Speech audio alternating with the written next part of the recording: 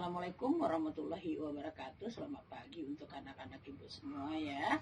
Semoga Allah selalu melindungi kita, sehat sejahtera kita semua ya. Apa kabar nih anak-anak ibu semuanya ya? Di rumah mudah-mudahan bisa mengikuti pelajaran biologi kelas 12 hari ini ya, pagi ini. Untuk bab selanjutnya ya, kemarin kita mempelajari tentang pertumbuhan dan perkembangan. Sekarang kita lanjutkan dengan metabolisme, yaitu pada bagian enzim. Ya, siap-siap ya anak-anak ibu, perangkatnya dilengkapi, peralatannya, minum dan sebagainya jangan lupa ya. Kemudian dipelajari, disimak seksama ya, satu persatu agar bisa mengerti semua ya anak-anak ibu ya. Kita lanjutkan belajarnya. Ya, kita lanjutkan anak-anak ibu ya semua, pembelajaran bab yang keduanya, yaitu metabolisme ya. Jadi metabolisme ini sebenarnya luas sekali nanti ya. Kita berbicara tentang enzim, kita berbicara tentang anabolisme, kita berbicara tentang katabolisme ya. Jadi untuk saat ini kita ambil poin pertama dulu, metabolismenya adalah enzim ya. Nah, pada metabolisme ini untuk enzim ya, KD-nya itu adalah kompetensi dasarnya 3.2, yaitu menjelaskan proses metabolisme. Kemudian sebagai reaksi enzimatik ya. Jadi enzimatik nanti yang kita olah adalah enzim ya terhadap metabolisme pada makhluk hidup, itu ya kompetensi dasarnya. Nah, tujuan pembelajaran kita anak-anak adalah untuk dapat mengidentifikasi ya sifat-sifat enzim dan cara kerja enzim ya melalui literasi yang Ibu ajarkan ya. Dan kemudian memahami apa itu metabolisme ya. Jadi kita paham ya dengan bab yang kedua ini. Nah, sekarang kita masuk bercerita tentang enzim ya anak-anak ya. Nah, enzim itu kan ada beberapa gambar ya. Jadi apa sih Bu, kok ada gambarnya seperti itu ya? Ini di dalam tubuh itu ada proses ya, seperti anak-anak lihat itu gambar dari tubuh manusia, ada proses ya. Ada proses, itu nanti adalah metabolisme. Nah, di dalam proses tubuh kita itu semuanya ada kerja dari enzim ya. Jadi kalau tidak ada enzim kita nggak bisa hidup ya, nggak ada yang memproses. Nah, ini diambil salah satu contohnya. Enzim itu bekerja pada proses pencernaan makanan ya. Jadi anak-anak lihat itu ya, kalau kita makan itu nanti makanan yang kita olah itu semuanya perlu bantuan enzim ya. Jadi nanti kita lihat apa sih enzim itu sebenarnya ya. Jadi kita bisa melihat nanti ya. Nah, sekarang sebelum kita lanjutkan enzim, kita lihat dulu ya. Kita kan judul besarnya tadi adalah metabolisme ya. Nah, KD yang kita ambil adalah tentang enzim tadi ya. Nah, jadi ada enzim, ada katabolisme, ada anabolisme ya. Nah, untuk pertemuan kali ini itu kita olahnya adalah enzim ya. Enzim itu ada strukturnya, ada ciri-ciri enzimnya, ada nama-nama enzimnya, cara kerja, kemudian ada penghalangnya dia untuk bekerja. Nah, nanti kita bahas satu per satu. Nah, untuk berikutnya katabolisme tuh anak-anak lihat semua ada katabolisme karbohidrat, protein, lemak ya. Ada fermentasi, ada respirasi di sana ya. Kemudian ada anabolisme, nanti juga lemak, protein, karbohidrat, tapi nanti diwujudkan dalam fotosintesis ya anabolisme. Nanti ini anabolisme adalah pembentukan, katabolisme itu adalah perombakan. Enzim adalah zat kimia atau bahan kimia yang menentukan proses metabolisme.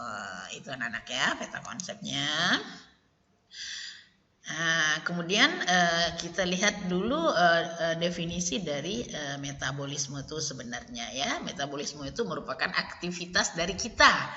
Ya, selaku makhluk hidup aktivitas apa aja ya, itu pasti ada proses metabolisme. Kita berlari misalnya, kita olahraga, itu ada aktivitas, ada proses metabolismenya ya. Jadi metabolisme itu bisa berlaku untuk kita individu dan bisa juga dalam unit yang terkecil, misalnya itu dalam sel. Ya, jadi bisa di dalam individu ya, jadi proses perombakan, pembentukan dan sebagainya itu di dalam makhluk hidup ya, bisa juga dalam selnya ya, dalam selnya sendiri, respirasi sel. Nah, itu metabolisme yang terjadi di dalam sel. Contohnya itu ya, pertukaran karbon dioksida dengan oksigen dengan karbon dioksida dengan oksigen ya, kemudian adanya pengolahan senyawa-senyawa organik seperti karbohidrat, protein, vitamin, dan lain-lain ya. Nah, kemudian ada hormon ya, dan seterusnya. Nah, kalau kita lihat di dalam metabolisme itu, nah itu khusus untuk enzim ya. Dalam metabolisme itu ada anabolisme, proses yang terjadi dalam tubuh itu, ada katabolisme ya. Jadi ada anabolisme, ada katabolisme. Siapa yang melakukan keduanya ini, itu adalah aktivitas dari enzim yang kita pelajari saat ini ya, anak-anak ya. Nggak usah stres kalau belajar ya, santai aja ya, pelan-pelan ya, kemudian diamati, karena bab metabolisme ini adalah babnya yang agak sedikit rumit ya, runyam ya, karena menyangkut proses yang terjadi di dalam tubuh kita ya, atau di dalam tubuh makhluk hidup, baik tumbuh-tumbuhan, hewan, dan manusia ya. Nah, anabolisme itu proses penyusunan, nanti kita bahas ya untuk pertemuan selanjutnya itu ya. Katabolisme juga seperti itu. Jadi contohnya anabolisme itu fotosintesa, katabolisme contohnya respirasi dan fermentasi. Jadi arti dari metabolisme itu adalah proses perombakan, pembentukan, kegiatan kimiawi yang terjadi di dalam tubuh manusia selama dia melakukan aktivitas. Oke ya. Paham ya anak-anak ya, metabolisme? Kita lanjutkan ya. Nah, ini juga ya, sama ya metabolisme tadi ya. Jadi di dalam tubuh itu ada perubahan-perubahan tadi ya. Kalau Bu, kalau kita makan ada nggak proses metabolisme? Ada. Kalau kita bernapas ada nggak? Kalau kita menangis ada nggak? Ya ada semua ya. Namanya itu proses metabolisme ya yang terjadi di dalam tubuh ya. Nah, untuk itu dipengaruhi oleh reaksi-reaksi kimia. Nah, reaksi kimianya itu adalah senyawa-senyawa kimianya itu adalah berupa enzim ya. Jadi kerja enzim itu ada yang secara lurus, ada siklik melingkar, ada secara bolak-balik ya. Jadi anak-anak ya, itu tentang metabolisme. Jadi jangan dikatakan kita semua nggak ada metabolisme. Lagi duduk juga metabolisme, minum sirup juga kita metabolisme ya.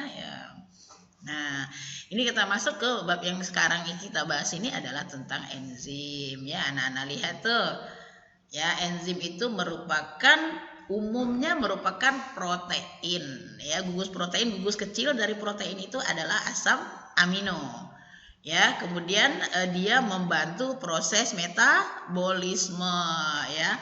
Nah, istimewanya si enzim ini ya, sifatnya yang paling istimewa adalah selalu membantu kegiatan apapun pada metabolisme. Tetapi dia tidak ikut bereaksi, tapi hanya membantu reaksi. Coba anak-anak ibu di rumah coba deh. Kalaulah seandainya kita bersifat seperti enzim, dunia ini damai. Ya, kenapa dunia ini damai? Jadi dia tidak pernah mengganggu orang lain, kerjanya hanya membantu. Sudah dia bantu, dia keluar lagi, ya. Jadi dia itu sebagai, kalau kita ya anak-anak ibu nih gaulnya itu sebagai mak comblang.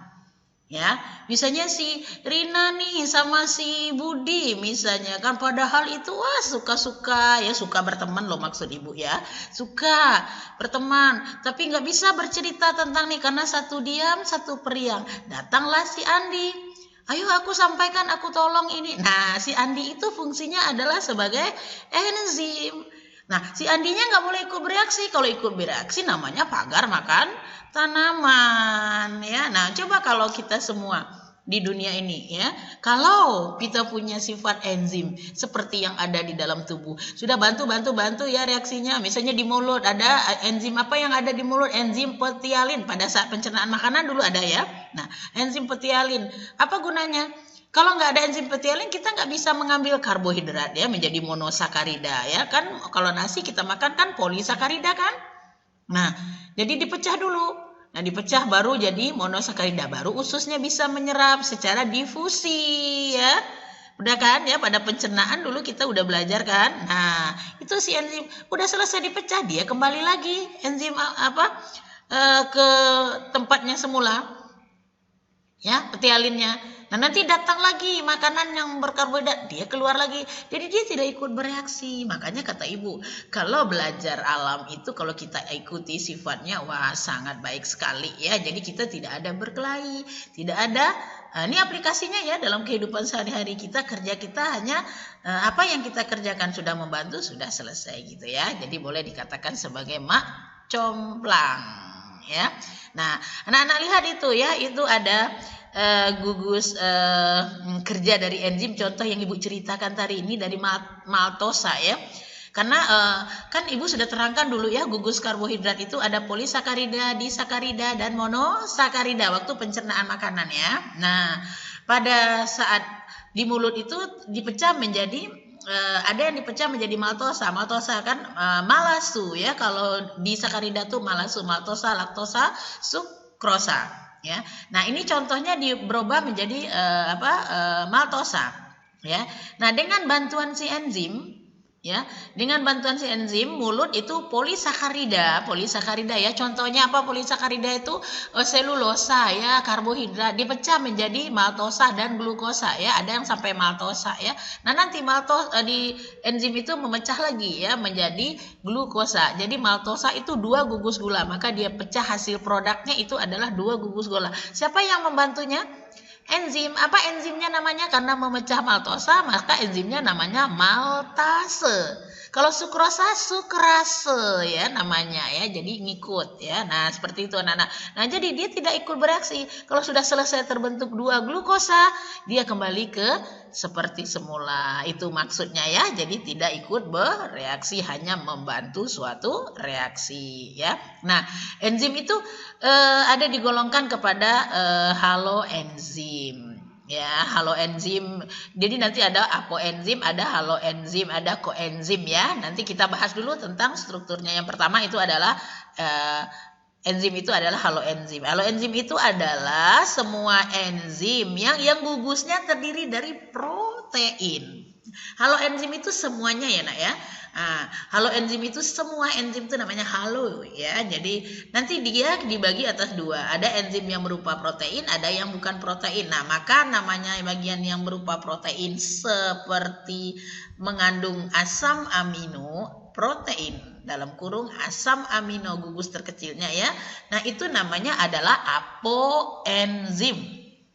Ya, yang bersifat labil ini ya. Kenapa labil? Kalau apoenzim ini dia tidak bisa tahan panas ya. Protein kan denaturasi kalau kena panas ya. Jadi dia bersifat labil ya. Jadi harus dijaga.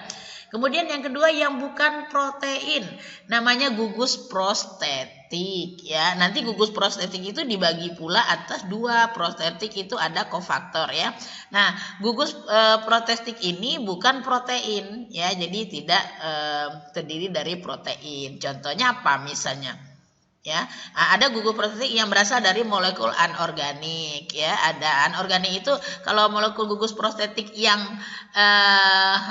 organik tetapi bukan protein anak-anak ya. Contoh coba pasti ngayal apa sih Bu contohnya gitu ya. Nah, contohnya itu adalah vitamin.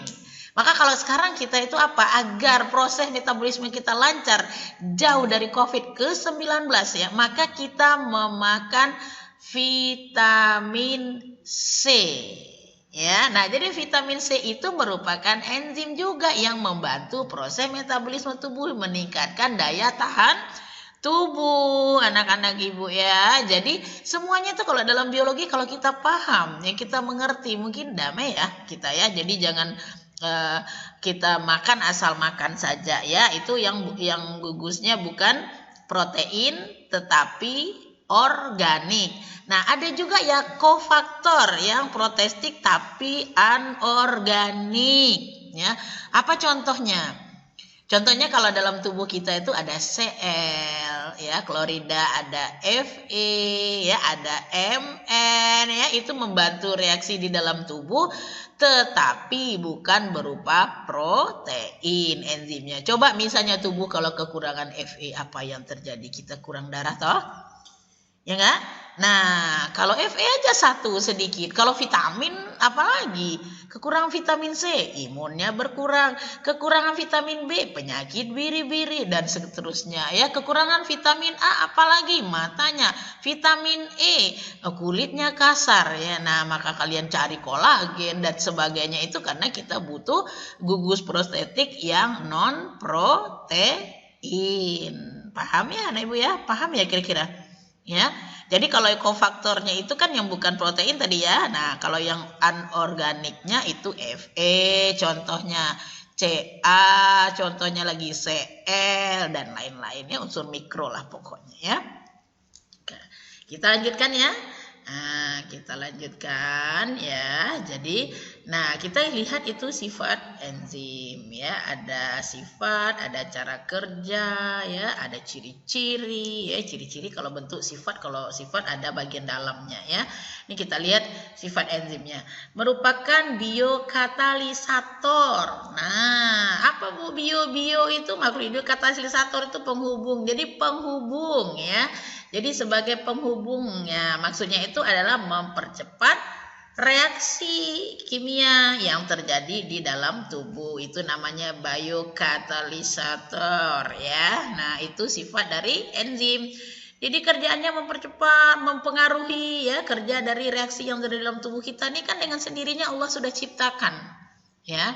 Semuanya itu ada yang mengolah, ada yang mengatur enzimnya ya. Jadi kita nggak boleh takabur. Makanya kalau anak-anak ibu belajar biologi mungkin jauh lah dari sifat sombong kita ya. Itu karakter yang kita miliki ya. Dari enzim aja itu bisa karakter-karakter yang kita miliki. Jauh kita dari sifat sombong. Kenapa? Emangnya kita bisa mengatur apa yang ada dalam tubuh kita? Enggak kan?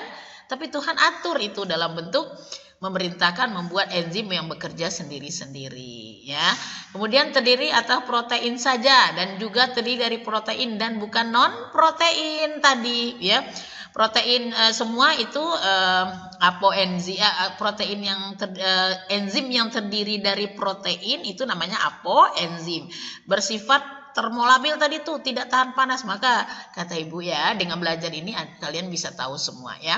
Begini, kalau memasak itu nggak boleh goreng ikan, nggak boleh apinya terlalu tinggi sampai garing-garing gitu. Kenapa? Karena kita nggak makan proteinnya lagi, karena proteinnya terasi ya, terpecah-pecah dia. Makanya ilmu itu penting ya untuk kehidupan kita sehari-hari. Jadi kalau masak ikan biarlah agak lama, tapi suhunya jangan terlalu tinggi ya. Mana buktinya proteinnya terbakar? Aromanya wangi ya, itu sudah jelas proteinnya terbakar ya. Nah seperti itu. Coba kalian bawang putih ada proteinnya, kalau di oseng itu wangi kan. Nah artinya terpecah ya. Kemudian yang bukan protein atau kofaktor ya. Nah bisa kalian lihat ya. Nah ada koenzim, ada gugus protestiknya ya. Jadi nah yang koenzimnya itu tadi yang kata ibu tadi yang bukan termasuk gugus prostetik. Contoh apa tadi? Organik kan? Yang organik apa ibu katakan tadi? Itu contohnya adalah vitamin ya. Jadi vitamin itu merupakan suatu enzim. Nah, makanya kita tidak boleh kekurangan vitamin walaupun dalam jumlah sedikit ya, mikronutrisi itu ya, dalam bentuk sedikit, tapi dia wajib ada di dalam tubuh. Tidak boleh kekurangan salah satu vitamin. Artinya kita kekurangan salah satu enzim ya. Vitamin E, vitamin A, dulu kan waktu pencernaan makanan sudah dipahami ya, vitamin K untuk pembekuan darah, vitamin B Apalagi vitamin D. Vitamin D ada dalam tubuh tapi harus diaktifkan oleh sinar matahari. Nah, itu ya salah satu contohnya ya. Jadi anak-anak semua, makanya kalau makan itu kita harus memperhatikan komposisinya semua, dan kita harus cerdas juga ya anak-anak ibu agar si enzim ini tidak lari, tidak keluar, tidak pecah, tidak terdenaturasi. Maka kita dalam melakukan pengolahan makanan juga harus kita perhatikan dengan baik ya, seperti itu. Nah, kita lanjutkan ya. Nah, ini juga ya tadi biokatalisator sudah ya. Kemudian lebih mudah terdenaturasi atau tidak tahan dengan suhu tinggi ya. Enzim sama dengan protein ya, dapat dirusak dengan suhu tinggi. Kemudian dapat mempengaruhi reaksi.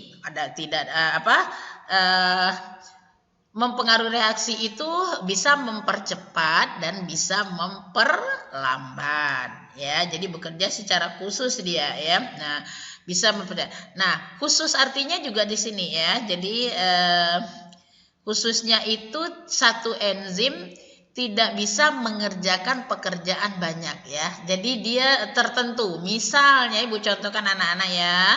Kalau enzimnya bekerja untuk karbohidrat, dia tidak bisa bekerja untuk protein. Contohnya enzim amilase khusus untuk karbohidrat. Protease khusus untuk kerja dari protein. Jadi bekerja secara khusus ya. Hanya dapat mempengaruhi reaksi tertentu, tidak mempengaruhi reaksi lainnya. Paham ya? Jadi kerja-kerja kita aja ya yang dikerjakan.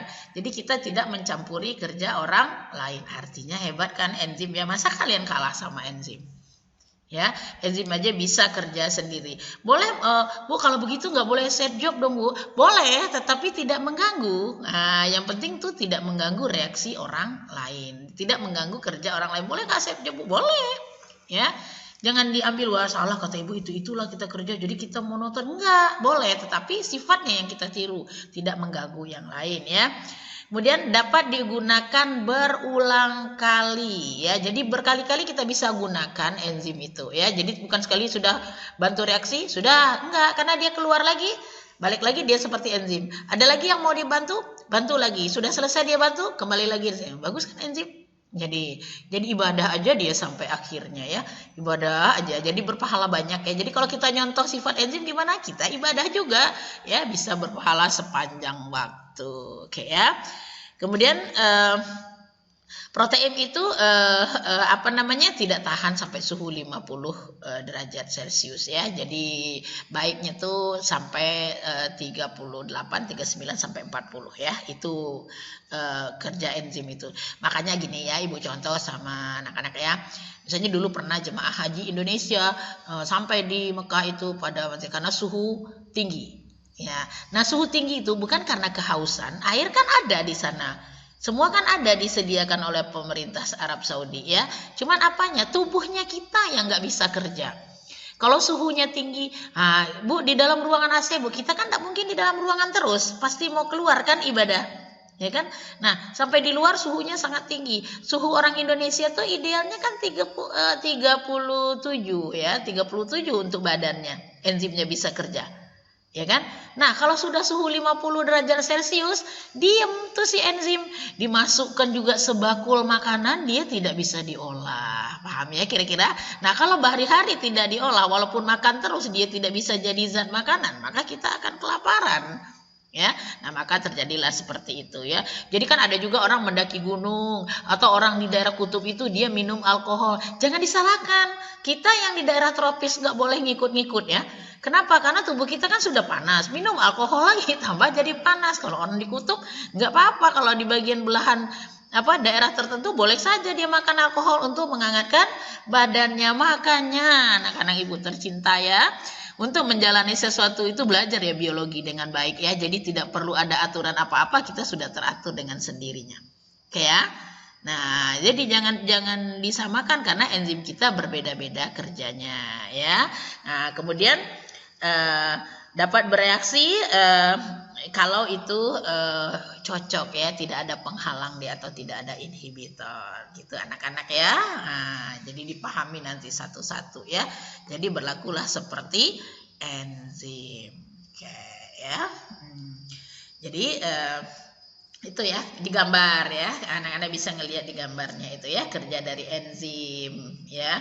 Nah, bekerjanya bolak-balik ibu katakan tadi ya, bisa ke depan, bisa ke belakang, bisa kembali lagi. Yang penting dia kerjanya membantu ya, bisa menyusun senyawa, bisa menjadi senyawa semula lagi. Maka ibu katakan tadi kerjanya secara bolak-balik ya. Coba anak-anak lihat itu.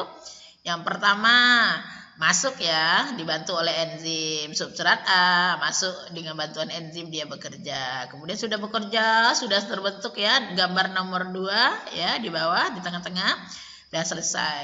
Kalau dia butuh keluar lagi produk yang dia keluar lagi, butuh setelah dia bekerja, dia akan membentuk suatu zat, itu terbentuklah zat B. Ya, jadi zat A itu dalam substrat ya, nanti terbentuklah zat B. Ada zat B, ada zat C. Siapa yang membentuk tadi? Itu adalah si enzim. Maka enzimnya keluar lagi. Nah, itu maksudnya ya. Jadi dalam gambar itu kita anak-anak bisa lihat ya. Yang pertama dibantu ya zat A, kemudian sudah bekerja dalam dibantu enzim, kemudian dia bentuk zat B dan zat C. Nah, enzimnya keluar lagi ya, itu. Nah, ini ya. Jadi faktor yang mempengaruhinya itu ada banyak tuh ya. Ada aktivator ya. Jadi kerja enzim itu ada penggiatnya ya. Dari sini aktivator itu tergantung juga oleh konsentrasinya, kepekatannya. Ya, jadi semakin kental dia semakin cepat juga ya. Kemudian semakin cocok dia dengan zatnya itu semakin cepat. Jadi aktivator enzim itu ya. Jadi kecepatannya tergantung dari aktivator enzim masing-masing ya. Kemudian yang keduanya itu adalah pH. Ya. Nah, pH apa? Nah, jadi dia ada batasan pH tertentu enzim itu bisa bekerja ya. Jadi bekerja pada pH optimal pada pH tertentu. Kenapa ditulis enzim bekerja optimal pada pH tertentu? Jadi tidak semua enzim optimalnya sama. Misalnya protein optimalnya 37 derajat Celcius. Nah, untuk amilase atau maltase belum tentu. Dia bisa sampai 40, 42 ya. Jadi maka dikatakan enzim itu bekerja masing-masingnya optimal pada pH tertentu ya, anak-anak ya. Nah, kemudian suhu. Nah, suhu terbaik secara umum, suhu optimal secara umum ya. Oh, kalau pH tadi ya, pH tadi ada pH netral ya, yang paling baik ya. Ibu lupa tadi ya. Ini diceritakan suhu ya. pH ya. pH itu kan dari 1 sampai 14 ya. pH yang terbaiknya adalah antara 5,6, 5,5 sampai 7 ya. Jadi tapi ada yang bisa bekerja pada pH ekstrim. Contohnya apa anak-anak sayang ya? Contohnya enzim yang bekerja di lambung, itu pH-nya sampai 1. Ya kan? Kenapa? Karena dia untuk membunuh mikroba-mikroba yang tidak baik ya. Jadi enzimnya bisa kerja di sana ya. Nah, enzim apa itu? Nah, tertentu ya. Nah, kemudian umumnya suhu yang terbaik itu adalah 30 derajat Celcius. Maka ibu katakan tadi kalau seandainya sudah 50 sampai 60 derajat Celcius, wah enzim kita nggak kerja. Kita mendaki gunung ya, suhunya itu minus 2 misalnya ya. Kalau ibu dulu sampai sempat minus 1 ya. Kalau mendaki gunung ya, tempo dulu ya. Nah, itu harus bawa penghangat badan. Harus bawa minuman yang agak bisa menghangatkan badan. Kalau ibu tidak pakai alkohol, saya pakai sekoteng misalnya dulu ya. Nah, itu bisa menghangatkan badan. Agar apa? Agar makanan yang kita masukkan ke dalam tubuh bisa diserap. Kalau enggak nanti kita kelaparan di puncak gunung. Karena memang ibu pendaki ya, pendaki gunung saya ya. Jadi nanti tidak bisa turun, tidak bisa makan. Nah, makanya kita bawa persiapan dari rumah. Bukan bawa mie ya, tapi bawa minuman penghangat. Paham ya kira-kira. Kemudian yang berikutnya yang faktor yang berpengaruh itu inhibitor. Ya, inhibitor itu penghalang. Kalau seandainya ada yang menghalangi masuk ke enzimnya, sesuaikan sifatnya tadi pakai bagaikan lock and key, pakai kunci dan gemboknya harus pas ya. Tapi kalau ada yang menghalangi maka itu akan mempengaruhi kerja daripada enzim ya. Jadi ada 5 tadi ya, ada 4 yang tertulis ya, tambah 1 lagi 5 adalah konsentrasi enzim ya. Oke, paham nggak ya kira-kira? Nah, itu kan kehidupan sehari-hari kita ya, jadi lebih mudah ya. Nah, inilah prosesnya, kalian anak-anak bisa lihat di gambar kan. Kata ibu tadi bagaikan lock and key ya, teori gembok dan anak kunci. Jadi kalau gembok anak kunci, kalau bisa rumahnya dibuka kan kalau pas, kalau nggak pas kan nggak bisa masuk ya. Nah, kalau dia segitiga, segitiga lah. Kalau enzimnya bulat, bulat lah yang harus masuk ya. Nah, kalau seandainya ada di muka pintunya itu ada inhibitor atau penghalang, maka si enzim tidak masuk. Samalah begini ya. Kalian ini ya sudah selesai nanti kuliah ya. Kemudian kata mamanya, oh itu sudah ada calonnya gitu ya. Nah, kemudian calonnya tuh masuk melihat kondisi di dalam keluarga gitu ya, cocok apa tidak ya. Nah, kalau ada penghalang, wah kata papanya jangan, kamu nih seperti ini, itu artinya inhibitor, penghalang, maka tidak terjadi reaksi kan. Nah, samalah seperti itu kerjanya ya.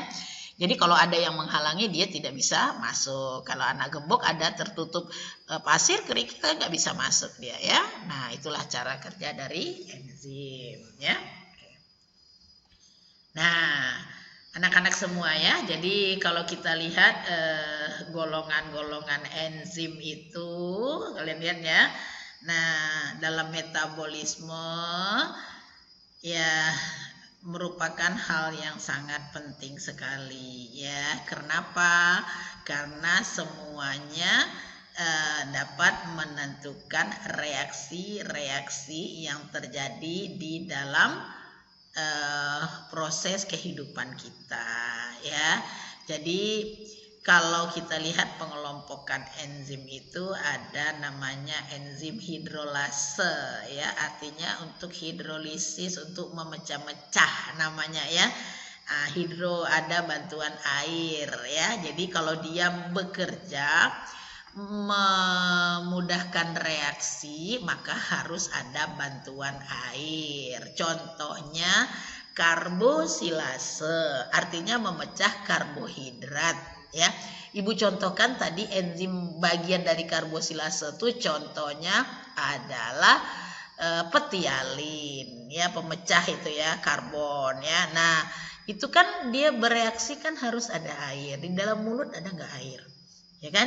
Nah, kan bisa kan, jadi dia pecahkan. Protease juga begitu, protease bekerja memecah protein. Lipase memecah lemak menjadi gliserol ya. Jadi asam lemak dan gliserol itu lipase ya.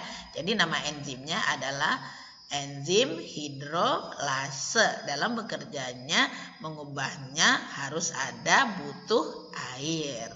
Itu anak-anak ya. Kemudian desmolase, ya, memecahkan kerjaannya adalah memecahkan ikatan karbon C, ya, dengan yang memiliki ikatan ion, ya. Jadi ionnya, contohnya enzim-enzimnya peroksidase, misalnya oksidase, contohnya begini ya. Misalnya anak-anak motong kentang, dibiarin saja. Nanti dia berubah menjadi hitam. Itu namanya teroksidase. Nah, jadi enzim itu bisa bekerjanya, dapat bekerja dengan memutus rantai. Ya, jadi enzim peroksidase, dehidrogenase, katalis ya, katalis asam basa itu ya, karbosilase juga, transaminase juga, transisi perubahan perpindahan asam amino ya. Itulah pengelompokan dari atau klasifikasi dari enzim ya. Gimana anak-anak ibu? Gimana kira-kira, sudah paham ya? Ya, jadi kita bercerita tentang enzim cukup dengan melihat strukturnya, kerjanya, kemudian nanti kita lihat sudah masuk ke anabolisme, nanti baru katabolisme, baru kita bisa lihat di mana sih sebenarnya peranannya, seperti itu. Gimana? Paham ya? Mudah-mudahan anak ibu paham semua ya. Jadi itulah tadi pertemuan kita yang menceritakan, yang membahas ya, yang beri pencerahan sama ibu itu adalah untuk anak-anak ibu semua adalah tentang enzim ya. Jadi dengan adanya enzim tadi, maka di dalam kehidupan kita bisa mengatur pola makan ya, kemudian mengatur segalanya ya, karena itu berhubungan dengan metabolisme. Gitu ya. Jadi moga-moga anak-anak mengerti semua. Kemudian kalau tidak mengerti, kalau kurang paham, nanti kita bisa diskusi secara bersambung ya. Nanti kan ini belum batas baru, hanya enzim saja ya. Jadi nanti Ibu beri tugasnya. Jadi anak-anak kerjakan ya, dan nanti di sana juga boleh ya, nanti boleh bertanya lewat apa saja, mau lewat email boleh dan lain-lain boleh ya. Nah, yang penting yang Ibu tugaskan dikerjakan ya. Kemudian kita gunakan pembelajaran ini untuk aplikasi di dalam kehidupan, karena sifat enzim ini adalah sifat yang paling bisa dicontoh dalam kehidupan kita. Oke anak-anak ya, Ibu cukupkan sekian ya. Terima kasih, sampai jumpa lagi. Alhamdulillah ya, sampai jumpa lagi pada pertemuan berikutnya. Assalamualaikum warahmatullahi wabarakatuh.